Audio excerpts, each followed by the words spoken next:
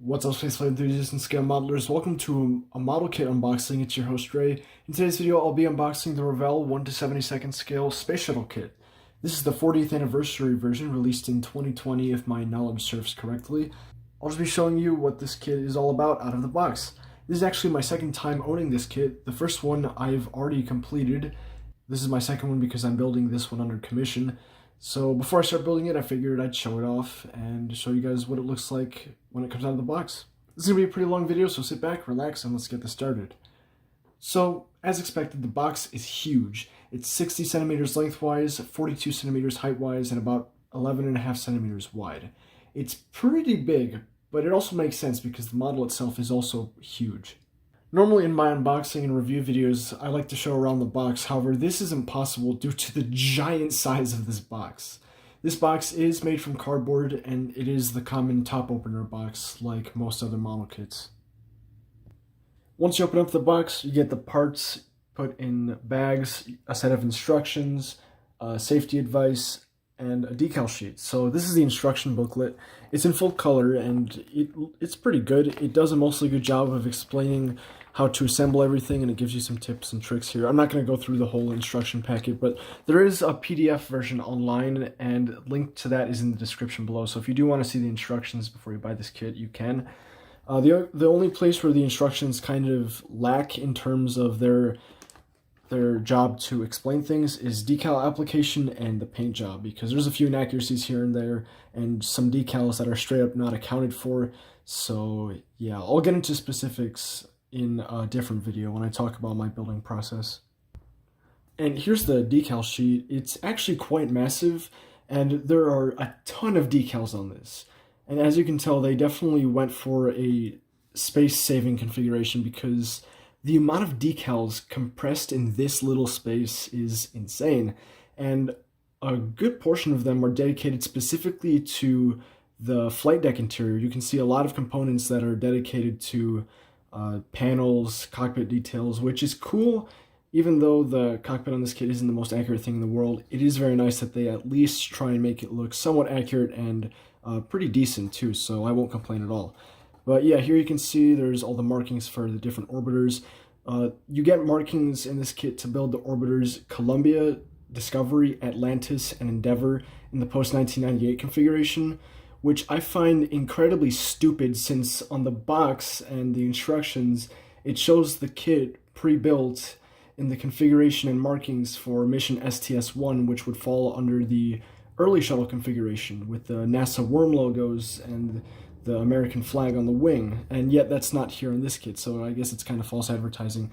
There are decal sets out there, but it would be a bit nice to actually have the decals in the kit already, but yeah, can't get everything, I guess. To my knowledge, there was also a 72nd scale shuttle kit from Revell that was released a few years before this. I think it was in 2014, and it was for Atlantis, Discovery, and Endeavour, and it's basically the same exact decal sheet, same exact kit, except they just added the markings for Columbia here. So yeah, not really sure what happened there. So up first we have parts sprue A. This is this has a lot of the structural parts of the orbiter, including the entirety of the right side of the fuselage, the bathtub-style payload bay, the OMS pods, the backplate, some of the RCS from the rear section, crew cabin interior stuff, more crew cabin details, even more crew cabin details, and of course the engine bells. The engines on this kit are totally inaccurate to the RS-25s that were on the space shuttle in real life. However, thankfully there's a lot of replacement parts, including some from Updraft Model Works, which ended up being very realistic and very nice to work with. I'll talk more about those in my assembly video that I'll make eventually.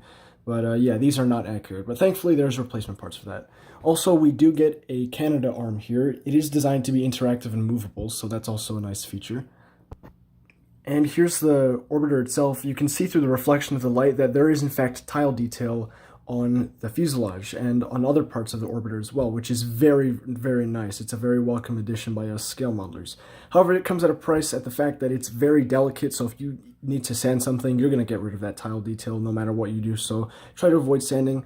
And it's not entirely accurate due to the fact that, one, the tiles are way too big here. They're about twice the size as they were on the real shuttle, And 2, this tile configuration is only accurate to Columbia and Challenger in their early days, before Columbia got the silts pod on its tail and before it got all the blankets on the fuselage here, and it's accurate to the entirety of Challenger's career, which was obviously very short-lived.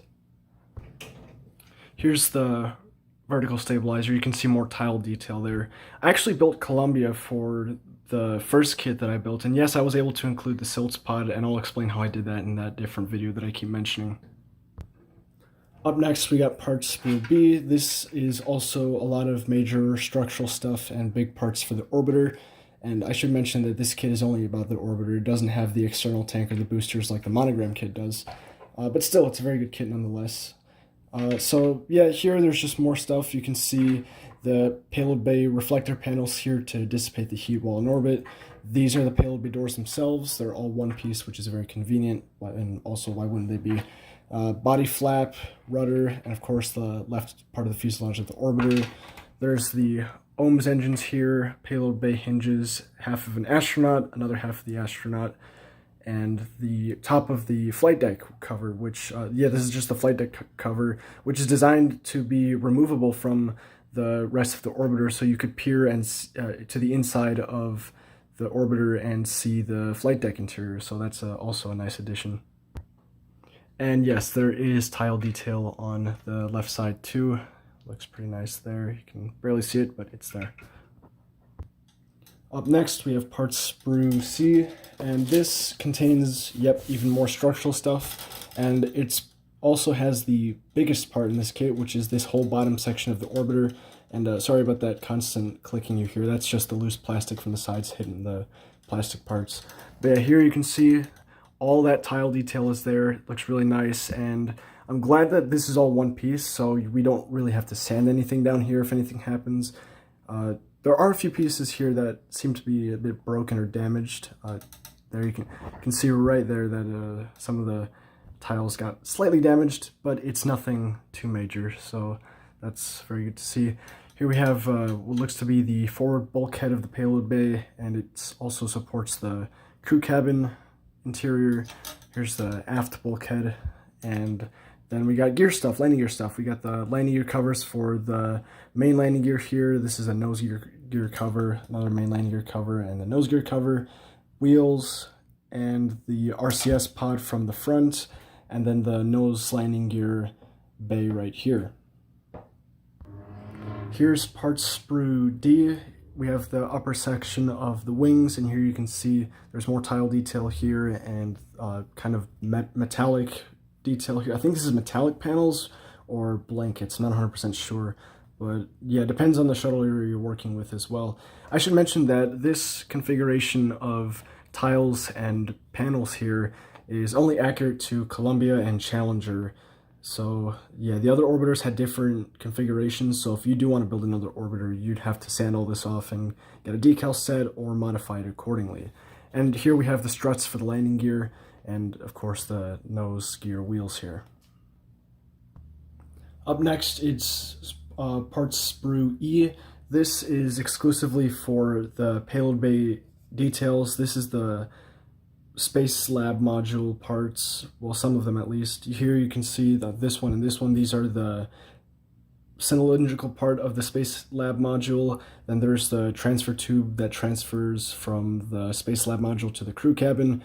Here is a support for the infrared telescope, and more supports for the infrared telescope in the scientific palette as well. So yeah, the interior of the payload bay, well, not interior of the payload bay, but the details that are going to sit in the payload bay aren't accurate by any means, but I also have to cut Revell some slack here because they designed this tooling in 1979 and they haven't updated it since. So of course that was before the shuttle was even flying, and flying research payloads nonetheless, so they didn't really have that much to go off of.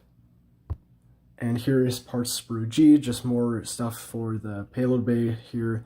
Here are the sides of the Space Lab module. This is the scientific palette. This is what it looks like from the top. It's got a few things here and there. It's not really anything too special. And here we have parts for the infrared telescope. This is like the telescope itself. 2 gravitational probes here. This goes on the scientific module here.